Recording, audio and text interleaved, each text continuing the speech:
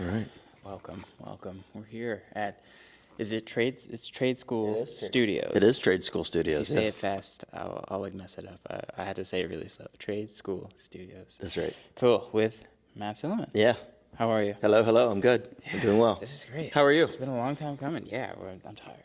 Yeah. I'm kidding. We don't sleep around here. No. We don't get tired. Wow. So, can you just give the people like a brief introduction about who you are and kind of your position? Let's start here in the building because you do a lot. So we're gonna cover a bit of everything in piecemeal. So, Trade School Studios, what do you do, and how did it come together? Yeah. So, Trade School is an advertising agency here in Atlanta. We are now the 5th largest ad agency in town.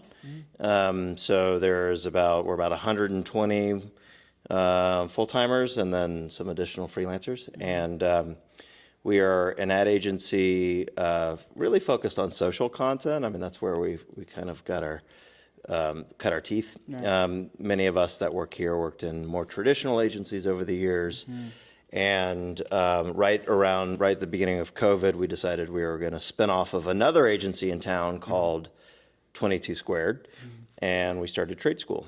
And here at Trade School, I run production, so I'm head of production here at Trade School, and we produce. And my team makes all of the magic happen. The creative team comes up with the ideas, and we figure out how to make them from a filming perspective. And we do everything from very small, scrappier, 2-3 camera person shoots up to 60. Last week we had a 75-person crew shooting major commercials. So all of that and any of that, we do it all. That's very cool. So how is that tied into your kind of music career? So let's say from a music perspective, I mean, it's all kind of production and making and entertainment in some kind of ways, but they're also very separate. So at work, Monday through Friday, I'm very focused on production and the teams and the agency.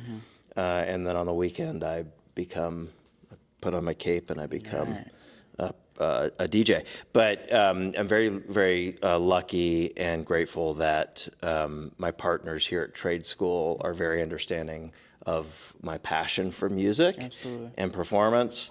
I try my hardest to keep the things from getting in the way of each other. But it's all entertainment, right? Whether I'm entertaining you from a commercial perspective, an advertising perspective, making you happy, making you feel a certain way so that you're more prone to take action on something or buy something, or whether I'm helping you have a nice evening dancing and having a good time with your friends. It's all about entertainment. Absolutely. And in terms of like the organization or like attention to detail for your artistry, for your brand, do you think that your day job kind of helps with that, the workflow? Yes, for sure. I mean, there's attention to detail in both things. And I'm a huge planner. That's why I'm a producer or was a producer for many years. I like to plan everything. So when I'm at work, I plan budgets, I plan timelines, I figure out who the crew is, I figure out who's going to be where when to make the work happen. Right. When I'm making music, my friend Kieran would hate this, but I'm a big planner for my sets too. So before I play any set, I sit down, I go through my music. I usually buy new music, and then I plan my sets. Now, the whole thing about that is that once I have a plan, I can deviate. I can ping pong, I can take it into a different direction. On the dance floor, if the crowd is going a certain direction, I can take them further in that direction or bring them back. And at work, the last thing, like you make a plan and it immediately changes, and so you have to be flexible from that perspective. Absolutely. But attention to detail, from my perspective, is very important in both places. Absolutely. I think that's a cool thing you mentioned about like being able to deviate. We were actually interviewing someone last night, and they were saying they're fairly new to this whole thing, and they were mentioning how some showrunners, they kind of put them in a box in terms of the sets they can curate. So for you, having long-standing experience in the game, a lot of network and a lot of knowledge, how big or small is your box? Do people just kind of trust you to do what you need to do at this point? Pretty much. I mean, I can't remember the last time somebody told me to play a certain way. Right. I think these days people have a good idea of what I play. I'm a house music DJ. I play house music, but I can play everything from very deep house to very big tech house, right? Depends on the crew, and I love like what's right in between. I love classic house. I love up tempo. Everything that I play, I think, has an element of soulfulness or funk to it, right? I love like funky bass lines. Yeah. So for the most part, people trust that I'm gonna do what I need to do. I'm certainly not gonna just be up there. I'm not the type of DJ that sits up in front of a crowd, stroking my chin, not interacting with a crowd, just playing what I want to hear. Absolutely. I'm interacting with the crowd. I'm dancing. I make eye contact. I want there to be interaction, and I'm feeling what the crowd wants, and I'll take them in that direction. Very nice. Yeah. Very nice. Cool. Wow. This is a great interview. Already. We've already covered a lot. I'm not doing a lot of talking. I love it. So, we're here at Trade School. There's also another organization that's very special to you. Captains of Revelry. What is it? How does it function? And what is your relationship with it? Yeah, so Captains of Revelry is, it's four of us. It's Kieran Neely, Mike Lesage, Dave, who also goes by, David, who also goes by DJ Didactic, Lopez, and then myself. It started with Kieran and Mike. Kieran and Mike used to own a club in town called the Music Room, very popular house music place for many years. COVID killed it, unfortunately. And after COVID, Mike and Kieran were thinking, well, instead of opening another club or another venue, let's invest in some assets that would allow us to take the club experience to the people in different ways. So what does that mean? That means that they bought a big PK sound system. They bought a Void sound system, and they invested money in an asset in a trailer that you've probably seen around town. It is a big silver Bullet that has a giant neon sign on the top that says "Rock the Disco." Oh. And it is a trailer that actually is a mobile DJ booth. Whoa. So we do a lot of festivals, we do a lot of events, we do a lot of corporate events, and we do a lot of kind of underground parties as well. And so Captains of Revelry, our whole theory is we want to bring music and smiles and enthusiasm and wellness to club culture, and that was the whole thing. So Kieran, Mike, David, and I have been doing this for a long time. We've been, Kieran is probably my favorite DJ of all of Atlanta and has been for a long time. He started in a group called Earth Tone Sound System back in the 90s, and they're very deep house. Like they would take deep house and they'd bring the BPM down to like 115, 116, maybe even lower, 112, just real slow house music. And we would dance to that in parks. We would dance to it in non-legal venues like warehouses and other places. Right. The parties would just pop up, In parks, they would throw a party, and if the police came, everybody would grab a speaker and run. It was like those days, and crazy fun. I mean, all innocent, and just people are just there to dance. Right. But Kieran, I always loved him, and so when he asked me to join Captains of Revelry, I of course wouldn't say no, and absolutely. I kind of joined because I have marketing sensibilities, I have business sensibilities, and then obviously I also DJ. So everybody brings something to the table. Mike Lesage is our creative director. Kieran is like a project management manager, and David is the king of all audio, right? So we each have a different role in the group, and we throw these events. Right. Yeah, so it's fun. Cool. That's awesome. Yeah. So we kind of touched base on your kind of day job, and then your night affiliations. In terms of your club or network affiliations, are there any residencies or any venues that you're kind of deeply enriched in? Oh, yeah. So I play regularly all over Atlanta, now actually all over the Southeast. Wow. And starting to make my way out west as well. Again, so in town, I play Palo Santo, one Friday a month. And right now it's a different Friday, but we're hoping to lock that into one consistent Friday. And so far it's on the rooftop. It's just been crazy, like people just coming out. It's just been a great time. Right. I play a Malo here in town. I played for a very long time. I played Mid-City, Atlanta, and we'll see what happens with Mid-City. They're having some challenges with some residents where that place is. I played District at least once, if not more, a year. I just played with Benny Benassi. Before that, Anna England, and before that, it was Dombreski at District. So I like big rooms. I like smaller rooms. And then, of course, we do our captain's events. I play up in Asheville a fair amount. I play in Knoxville a fair amount. And in December, I'm going out to San Diego and Las Vegas to DJ as well. Very nice. Yeah. Cool. It's pretty good. Yeah. What are some of your, I guess, like, do you have any sort of checklist on what a venue should offer? Not necessarily to you as an artist, but just in terms of the space, the curation. Like, is there a certain vibe you like really enjoy about a particular club or setting?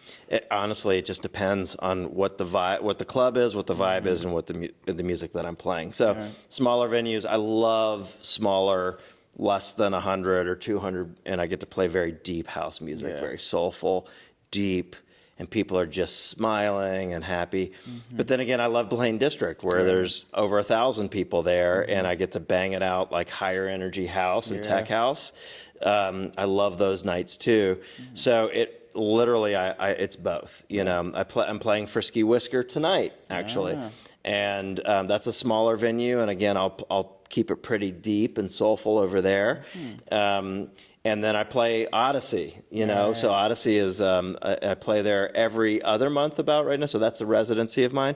And for Odyssey, it's all tech house and higher BPM as well. So, you know, as long as it's house music, I'm happy. And as long as it's house music, I can do it and move the crowd, usually. Yeah.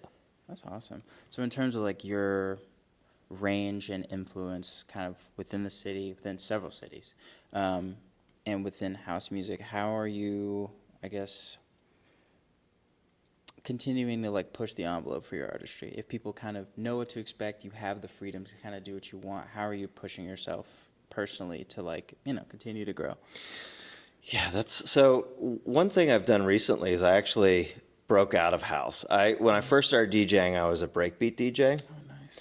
And so it was 808 Day, Ricky Rothstein, my boy, threw this great party, and we were there, and I was one of the DJs, and he was like, hey, maybe don't play house tonight. Maybe play something else, 808 bass. And I was like, how about breakbeat? I haven't played a breakbeat set in front of an audience in 20 years. Right. And he was like, do it.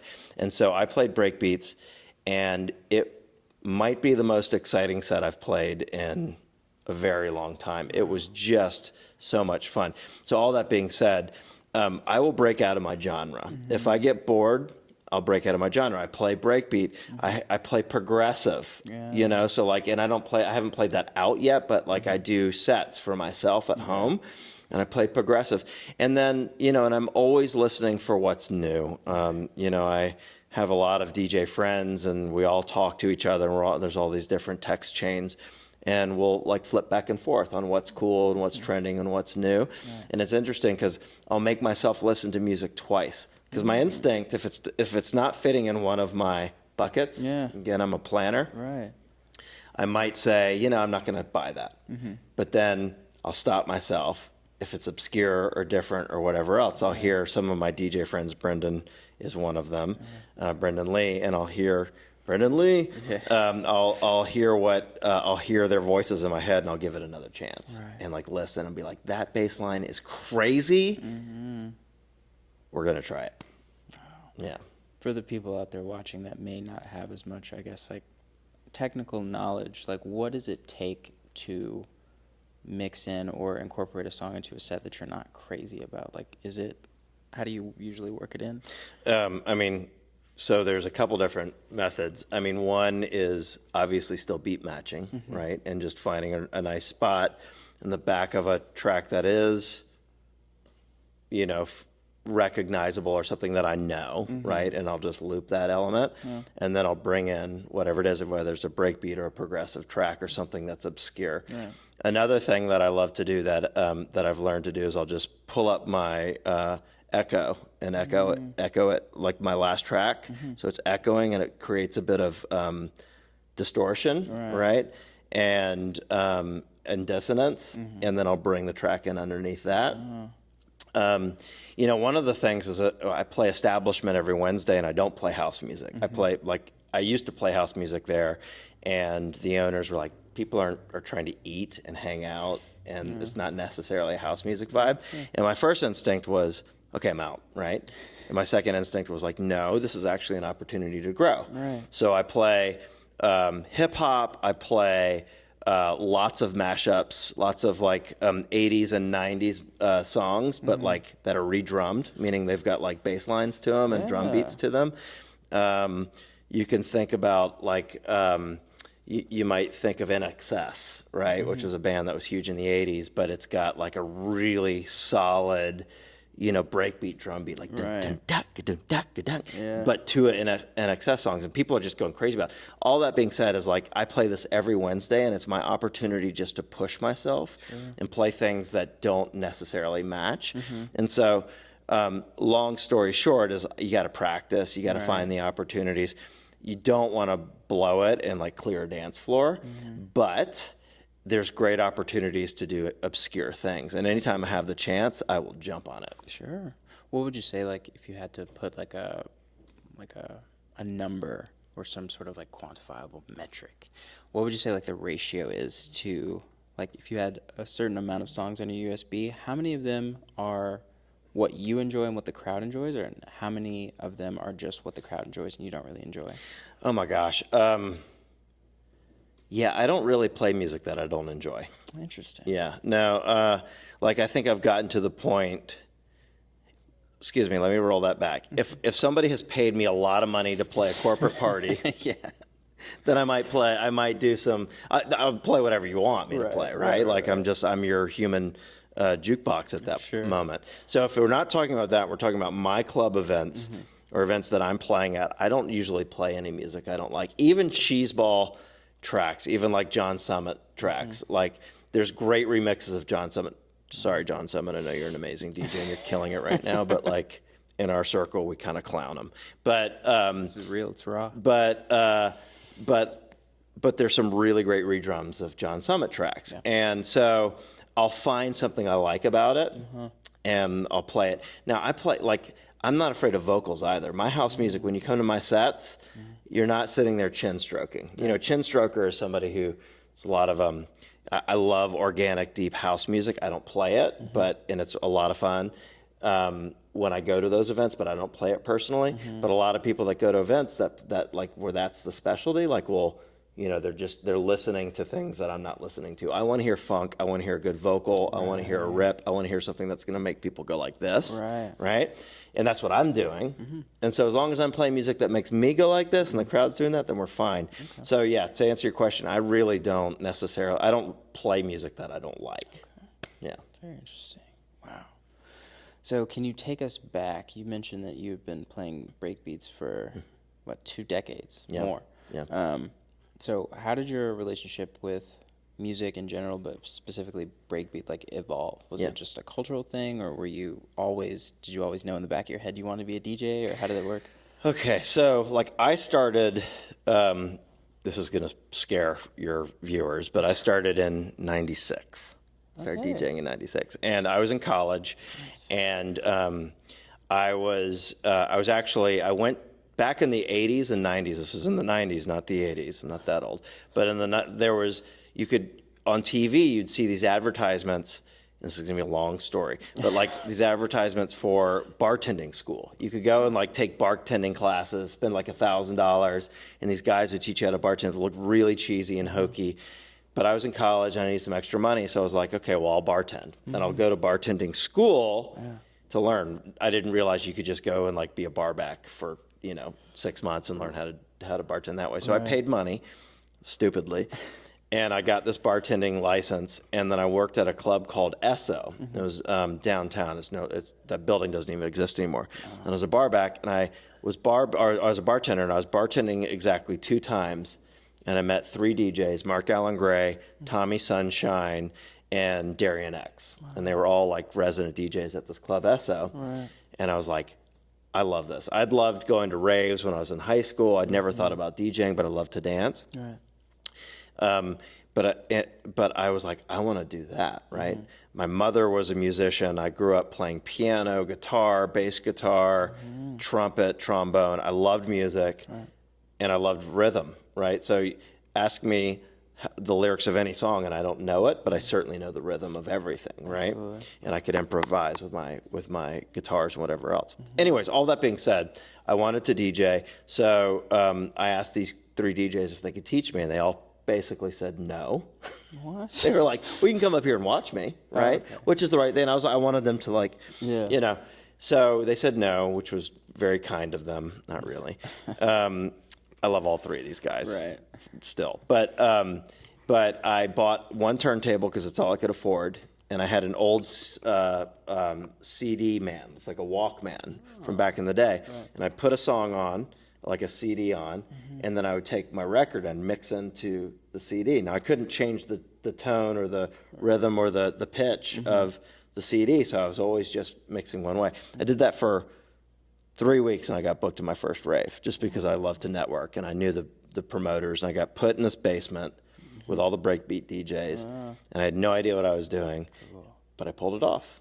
And so that was 96, and I went from there. Got some, kept playing, eventually fell in love with house, met this guy, Pablo Henderson, who booked me for my first residency at Karma. I used to play these huge parties called the Skin Parties, which were crazy, the most decadent party you could ever imagine. I saw things happening in Karma that, well, now that we have the internet, we see everything. But like back in those days, you didn't see these things. You certainly weren't DJing while these were going on. So all of that was happening. Then I got a residency at 1150, which later became Opera. I played Compound. I was resident at Compound, and I started to spin out of town a bunch. I was in San Francisco. I was in New York. I was in Miami a bunch, and playing all over Atlanta. Right. And I was playing, and I was holding these residencies from late 90s to 2006. And in 2006, I had to make a decision. My ex-wife and I were like, okay, so pick a lane. You want to be a DJ? You want to go into production? Sure. And I said, I want to go into advertising and production. Also, I got sober at that time. Okay, right. Congrats. So like I sobered up, and I've been sober for 19 years now. That's amazing. Oh, thank you. So I stopped DJing. I stopped DJing for 16 years. Wow. And then came back in COVID. I had friends, everybody was streaming. I was bored. They're like, do you want to they were like, my name used to be Starboy. That was my DJ name for up until I started DJing again. And they were like, when is Starboy going to do sets? And I was like, I'm not. And I was like, well, maybe I will. Yeah. So I started DJing sets online, streaming sets, and then slowly started getting back out. And then people like Brendan Lee, Johnny from Odyssey, Viv, Castle, all these guys like believed in me and listened to my sets and were like, you're actually pretty good, and started giving me little gigs here and there. And then, the last 2 years it's just taken off. And now we're kind of back to where I was before, if not beyond. That's awesome. So that was a very long answer to your question, but I've been doing this for a very long time. And that's why we're here. We appreciate you, even being involved in something like this, because it shines a light on not only the entire experience you've had as an actual artist, but it can provide a lot of insight into just history. And on the topic of history, growing up kind of in it versus younger guys nowadays, they're just now learning the history and recognizing the samples and things like that.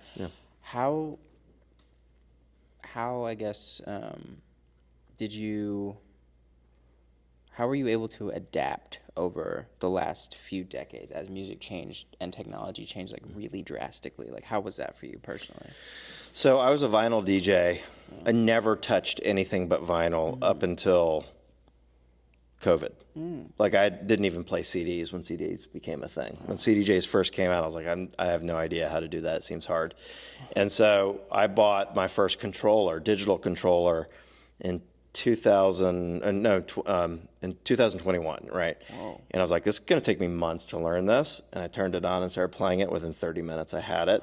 So I had it down. Yeah. And, when we used to play vinyl, like I'd walk through airports miles holding 2 massive crates of records. It was horrible. Or I'd carry one and my girlfriend would have to carry one, or a friend would have to carry, and they're so heavy and so and bad for the environment, like all that plastic. None of this was good. And you go to the record store to listen to music. I loved the experience because I go in and all the other DJs in Atlanta. Kai Alsay was there. Greg Adamson, they worked at Satellite Records, which is where I would shop.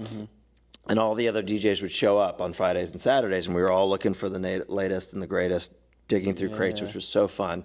But you'd have to buy a record, and the whole record was at least $5, if not 10. And and there's only 2 tracks on it.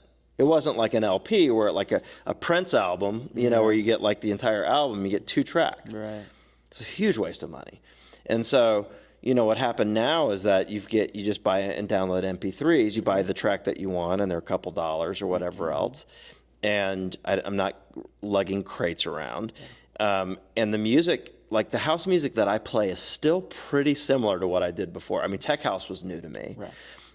But as far as like the house music that I play, which is now called classic house, I still play that out. It's really, I call it feel good house. And so it makes you feel good. It makes you put your hands in the air. Right. And that still exists. There's so many producers that are my age or close to my age that are still making music and producing music that a lot of it hasn't changed. And so I'll play out with newer DJs that are playing what's kind of big now. Right. And they got their vibe, and I come in, and mine's funky and very upbeat, and theirs was funky and upbeat in a different way, and it just works well together. So a lot of that hasn't changed. Now, I'm grateful that it's not as heavy. I'm grateful that I can put my entire set on these little USB sticks. Absolutely. And go to a club with my backpack, which just has a USB and headphones in. That's amazing, right? And the technology of the players is amazing. The fact that I can loop my tracks at the end and never run out of track is amazing. Like these are things that are just wonderful and have really like changed the state of music, DJ, and the way that DJs work. So that's been really, really wonderful. Now, the one thing that stinks is that if something crashes or breaks, because it's so digital, you have to shut down and turn back on, and that's dead air. That sucks. But outside of that, it's pretty cool. That's awesome. Yeah. Before I forget, what is the origin story behind Starboy? Oh, yeah. So you might think it's just a fancy raver name. And by the way, I was Starboy way before the Weekend even existed. Right. So just letting us know, I was first. Weekend, you're second. I'm Swedish. My heritage background is Swedish. I'm Swedish English. And my mother was very Swedish. So her grandmother actually came over from Sweden. They were Fergestroms. And in Swedish culture, we celebrate during Christmas time a holiday called St. Lucia Day. And St. Lucia was a woman who actually helped these miners, these starving miners that were just hard workers, and they would go into the mine. Her and her helpers would go into the mine and serve food to these people that were just dying for their people, right? Yeah. Her helpers, from a saint perspective, were called Starboy, right? And so the Swedish, what we would do during Christmas time is my sister would dress up as St. Lucia, Lucia girl, and I would dress up as a star boy, and we would serve our parents breakfast. And so I was always a star boy. And as I got into house music and techno and other things, like the name kind of stuck, and I was like, that's going to be my DJ name. Now, I hated it about a year after starting Starboy. Okay. It was so ravey and just not really in line with who I was as a club DJ, but promoters never let me drop it They always booked me. I was like, let me be Matt Sillman. They're like, that name sucks. Oh. You're Starboy. So Jeez. eventually I leaned into it and it was fine. That's awesome. Yeah. That's much better than the Weeknd story for sure. No, I'm just kidding. That's dope. Wow. So I guess early on you were able to get a taste of people having kind of vested or ulterior motives in your artistry and what you could and couldn't do. How much of the feedback that you've gotten over the years has been actually helpful? Like you mentioned, they wanted you to keep your name that you didn't really enjoy. Like, how much of that kind of criticism do you think is actually like helpful, or do you ignore a lot of it? Well, I mean, it depends on who's giving me the advice, honestly, right? So the thing about this is that I came back to doing this with a mission that I wanted to help people have a good time and dance. This was like, when I came back, it was right after COVID, as COVID was winding down, and everybody was miserable. Everybody was stuck inside. And a lot of people my age, like me, had children that were older, and like they're looking to get back out. They're all old school club kids, old school party goers, ravers, whatever you want to call them. And they're all in their 40s at the time and wanting to go out dancing again. So I went back thinking, this time I'm gonna stay away from all the drama. You know, I'm doing it for the right reason. I'm not doing it for money. I have a job, right? I'm doing this just because I love to perform, and I like to help people dance and have a good time. Absolutely. So from that perspective, that's been my focus. When, you know, I think if there's ever been criticism, it's been around some of my brand, right? So Starboy was a bit cheesy for a while. And again, in certain groups, the music I play, which is very happy and upbeat and feel good, as I said, my brand of house music I call feel good house music, doesn't resonate with people that want darker rooms, darker vibes, you know, kind of more solemn, you know, type of things.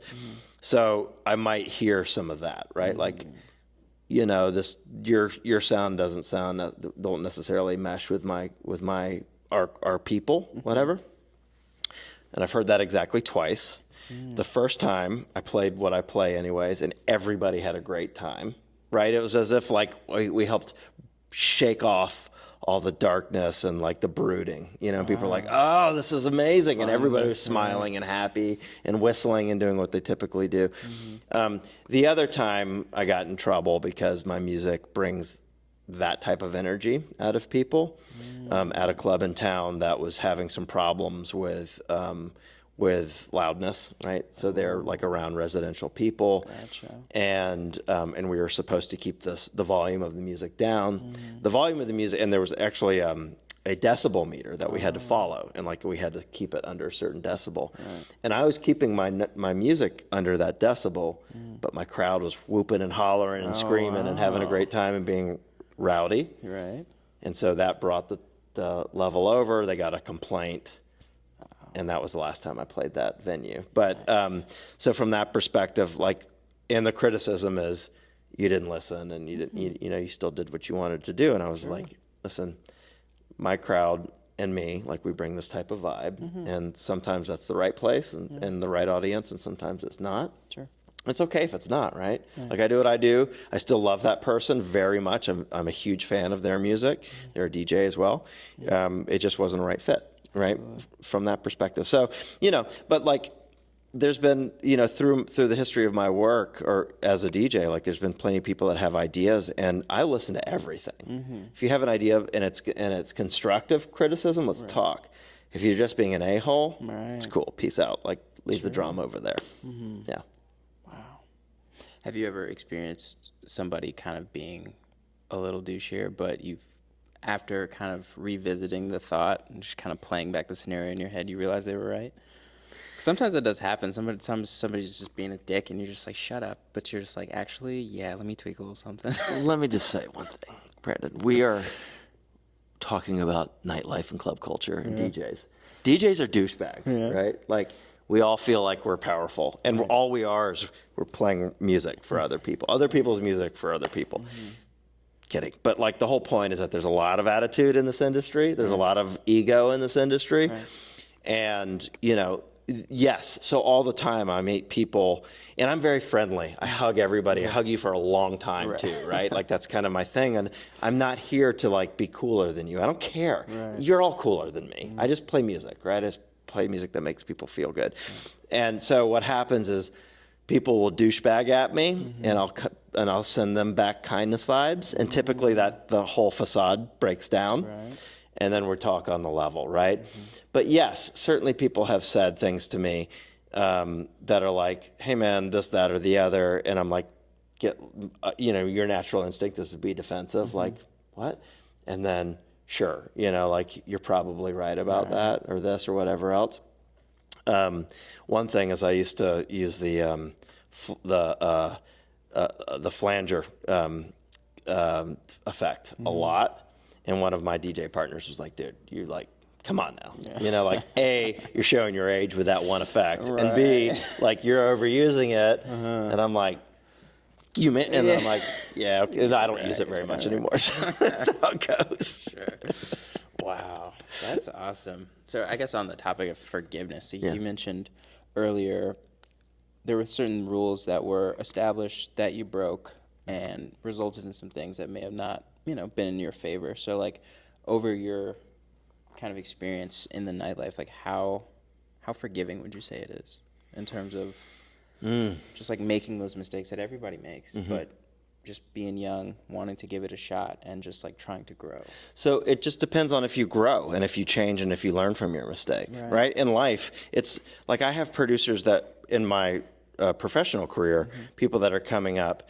And my whole approach to all of this is make the mistake. I mean, be safe about it, right? Like, make sure you've got a safety net, but like fail and fail fast and fail forward, we call it, right? Make your mistakes and learn from them, because we all learn so much from our mistakes. We learn more from our mistakes than I think any other way about doing things, right? Because you never want to do it again. So it like literally becomes imprinted in your brain not to do that thing again. The point is that there's certain people that will just make the same mistakes over and over again, right? And whether that's because they're hard-headed, whether it's because there's drugs or abuse, like other kind of dependencies involved, or they just can't figure it out. I understand that. But I also feel like most people are forgiving, certainly in this scene. There was one time one of the reasons I quit drinking was because I was becoming a nuisance, not only to myself, but to promoters and to the clubs I was playing at. There was a very famous DJ that came to Atlanta once, and he was playing in front of, let's say, 2,000 people at this old venue called The Ruins, which was over off Cheshire Bridge Road. And I had just gotten off of my gig at 1150, which back in the day, there was like 900, 1,000 people at that show. So I come off that show, and that's just a regular Saturday night, and go see this person play. I won't say their name. We all know who they are. I mean, they're a big DJ. And I went up, and I knew the promoters, and I knew the DJs that were opening, and I went backstage. They're like, come on up, Matt. And so we're all sitting around there, and I'm hammered. And I was like a very foolish drunk. And we're all sitting back there, and I'm like, and this DJ stops DJing. He's playing 2 records. Everybody's dancing. It's progressive house. It's not even my vibe. And he goes to pee, and like his two turntables are sitting there, and his box of records is right there. I look over at my friend, and I'm like, I'm going to go spin a record. And of course, all my friends were like, yeah, do it. You got to do it. You got to do this. And I'm like, I'm going to do it. So I went up there, got a record, pulled it out, put it on, mixed it flawlessly, mixed it in. And I was like, yeah. And the crowd was going crazy. And I was like, yeah, like having a great time, all drunk. And I turn around and look at my friends to get, some feedback from them. And everybody's gone. It's like,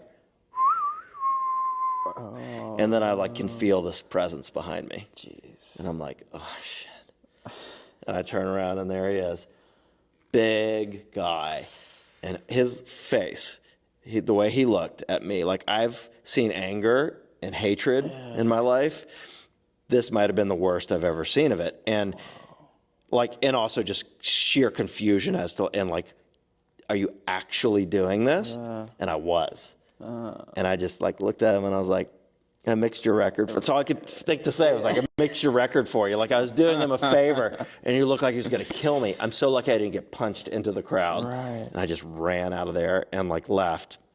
And that night, I remember I went to sleep, and I felt crazy. Like I didn't know it. Like I went to sleep, and I woke up that morning. You know, when you make a mistake in life, and you're like waking up the next day, and you think about it before you're awake. You can already feel like the shame and the anger and like the fear and the just depression. And I woke up and I was like, oh no. And and my girlfriend at the time just was like, she heard me and she was like, yeah, you really did that last night. So, and I did that in front of all of my friends and colleagues. Like everybody that I knew was at this show. It was a massive show. And, they all forgave me, right? Cool. Like, you know, like to bring it back to the thing. It's just like I could have been blacklisted from everything, but instead they were like, "That was stupid. You shouldn't do that again. I won't ever do anything like that again." And I learned from my mistake not to go and like mess with other DJs when they're playing. Holy shit, dude. Can we animate that story? That was really good. I felt shame just like listening to it. I was like, God, like. It was so bad. Like I still have like moments where I think about that and I'm just like, so cringy. That's awesome. Yeah. Wow. That is dope. I don't even remember what I was gonna say after that. Oh my goodness. So where are we at now in terms of production,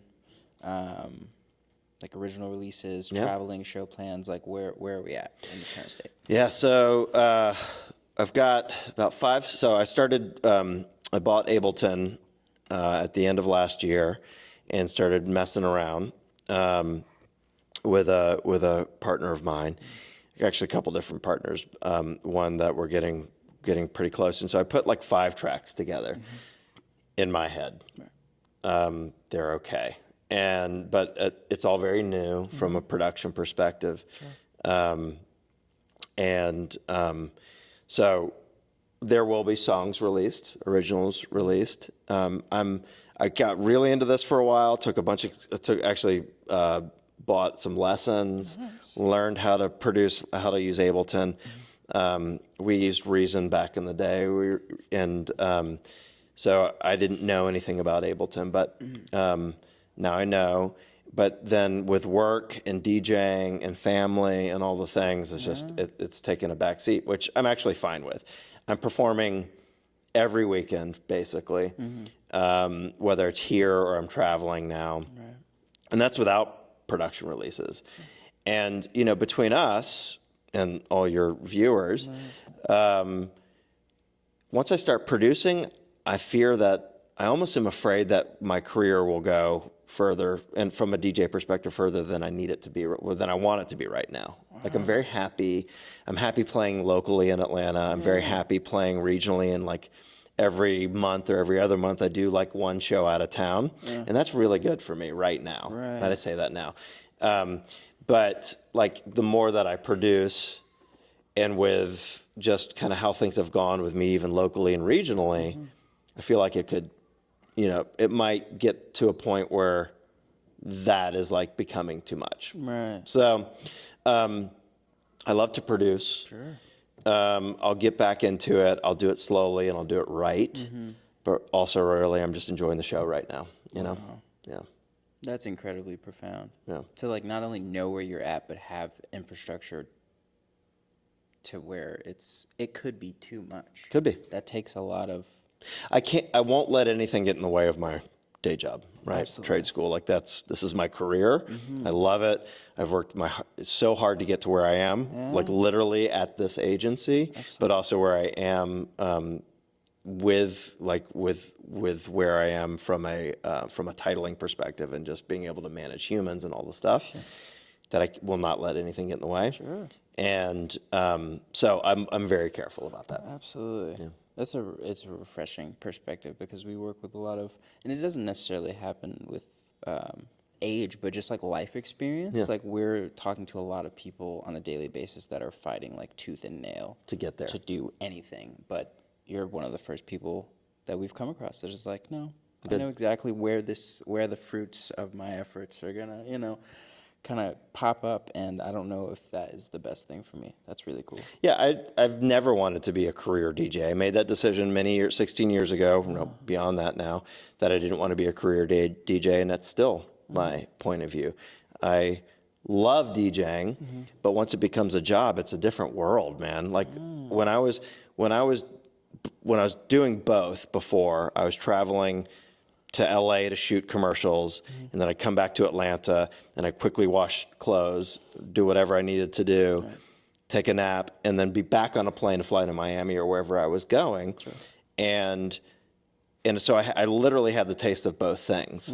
And one was very, to me, wholesome and rewarding. I mean, they both were, right? But like once DJing became a job, I stopped loving the performance. I just was there for money or the scene or the experience or the after party or whatever it was. And that's not what I'm doing that for anymore. Interesting. So I guess like aside from the full-time aspects of it being considered a job, I mean, you do this at a really high level and you travel. So like where do you draw the line with it becoming a job? I don't want to travel every weekend. Okay. Yeah. I mean, I can DJ locally every weekend, which is fine, but traveling, being away from my children, being away from my friends, like my loved ones, like I don't want to do that. Sure. And that's where it is. And anything that's going to take my attention and my energy away from this job is getting in the way. Absolutely. Yeah. Wow. Can you break down your, I guess, like work-life balance? You mentioned you're a planner. So how does like your morning look? Can you take us through your day start to finish? Sure. So I get up at 6 a.m., 6:30 if I'm tired. Right. So like that's just how it is. And I don't drink coffee anymore. I drink tea because I'm very fancy. All right. So I have my tea in the morning, and then typically I'm planning my day, right? And so I get a lot of emails out for work. I make sure that I have the right meetings in place, and then I get through those meetings. And then at lunchtime and in the evening is when I work on DJ stuff. That's how it is. So like I get through my work day, and then in the evening, then I start promoting. At lunch, I'll talk to promoters. That's what, and I hustle, right? That's the other thing is that I'm not waiting for people to come to me. If I want a show, I'll go ask for it, right? I just don't care. I'm going to talk to you. We're going to figure it out. A lot of times I'll bring DJs to Atlanta, and then they'll bring me to their city or whatever else. So it's a swap, which is really nice. But I do that at lunchtime and in the evenings. And then Wednesday night from 6 to 9, I'm at Establishment. And then either Friday or Saturday, I'll DJ out at a bigger club in Atlanta or travel. And that's it. And then on the weekends, like a lot of people watch TV at night or play video games or whatever else. I love video games, but I don't watch any TV. Instead of doing that, I'm like promoting and working my social element. I'm keeping I'm very active on social media. Absolutely. And so I'm doing all of those things instead. That's kind of that's my fun. That's my enjoyment, right? Instead of watching a TV show. Wow. Yeah. Interesting. So you have to cut something out to do what I do. I get asked all the time, how do I do all the things? And it's literally what I've cut out is I've replaced TV watching and relaxing without just kind of zoning out with being a bit more proactive and active in this world. Sure. Yeah. So what activities would you say like bring you like a complete sense of like decompression and like relaxation? Cooking, cool. Yeah, cooking. Do some meditation. I exercise every day almost, so I have to do that. So those are the main things, and I work that all into my schedule as well, right?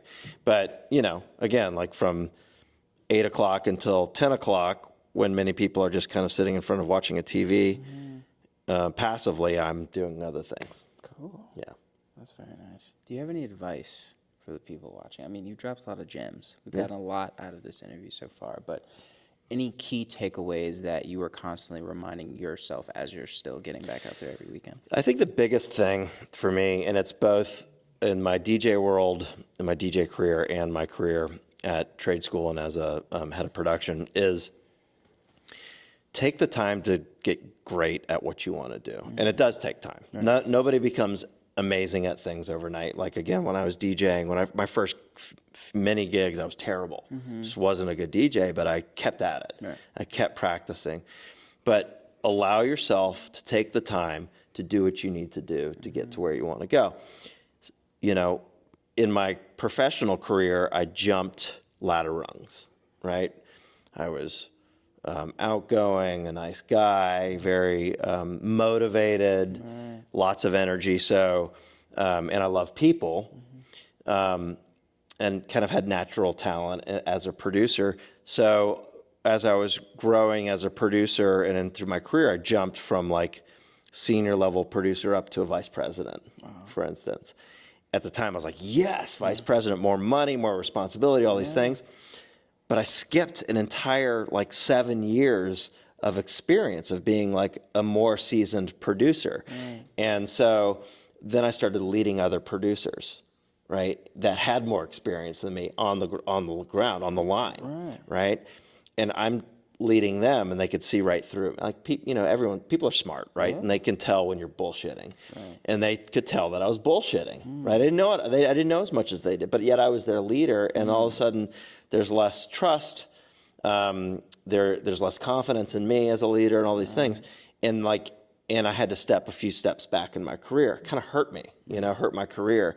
And the same thing with music. Like, I played out and I blew it, and I knew that I blew it. I knew I wasn't great. I still had a great time doing it, but then I took the time to actually get good at what I do, and it took years to become I consider myself a pretty good DJ, and it took years to get to that level, and I had to let myself do that, right? Now, it doesn't mean that I'm not always hustling and trying to find a gig and whatever else and grow, but I'm allowing myself the time. Now, do I want to play huge festivals, huge events around the country? Of course I do. That sounds like a lot of fun. Absolutely. Am I ready to do it today? I don't know. We'll see. But like, I certainly wasn't 2 or 3 years ago, right? And I'm allowed myself to take the time to get there. And also, I'm not dying for that. So you talked about how a lot of upcomers, people that are just getting into it, like, can't wait to be like the next superstar DJ or producer. It's going to take time. It just takes time. Allow yourself that, or it's a massive amount of frustration every single day. So just let yourself, we got a long life, right?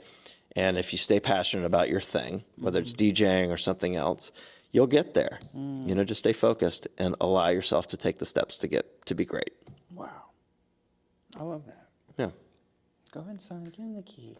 We got to get. Oh. You are number 100. Sorry. I was supposed to make a thing. He told me. I forgot, dude. I'm sorry. You are 100th. A 100? Yes, officially. 100 interviews. 100 interviews. Congratulations. Yeah, well, congrats to you. There's a marker and there's a handshake. I fucked it up. I'm sorry. I'm so sorry. But yeah, you're the 100th, and we appreciate you. I love this. Am I to do something with it? Yeah, you can sign it. Okay, awesome. Yeah. So I'm going to sign this the way I used to sign these things, okay? So back in the day, I used to sign like this. Whoa. Nobody's going to understand it, but you will when I explain it. Do you see what that says? Yes, it says Starboy on it. Oh, with an actual star. With an actual star. Yeah. Solid. It's a Starboy. Bring it back. Maybe one day I'll bring it back. Why not? You never know. Why not? Maybe your first single should be called Starboy. That's right. That'd be pretty cool. That's dope. We appreciate you. What was this? Shameless plugs and shout outs if Yes. you have them. Yeah. Anybody and anything that comes to mind that you just want to shout out before we wrap, you can do that now. Okay, so what I would say is all of you should follow me on social media, Matt Sillman _DJ. That is my DJ handle. There's also just a regular Matt Sillman. That's my family and other stuff. Probably won't accept you over there, but on Matt Sillman _DJ, I want everybody to follow me there. Please go to captainsofrevelry.com, captainsofrevelry.com. Sign up, get our newsletter, and get and join our subscription list so that you can get all information about events and parties and DJs that we bring. And then also follow us from a social media perspective on Instagram, and that is Captains of Revelry as well. Cool. Yeah, let's go. Nice. Love that. Well, we appreciate your time. Thank you again. I appreciate it. Boom. That's a wrap. It's a wrap.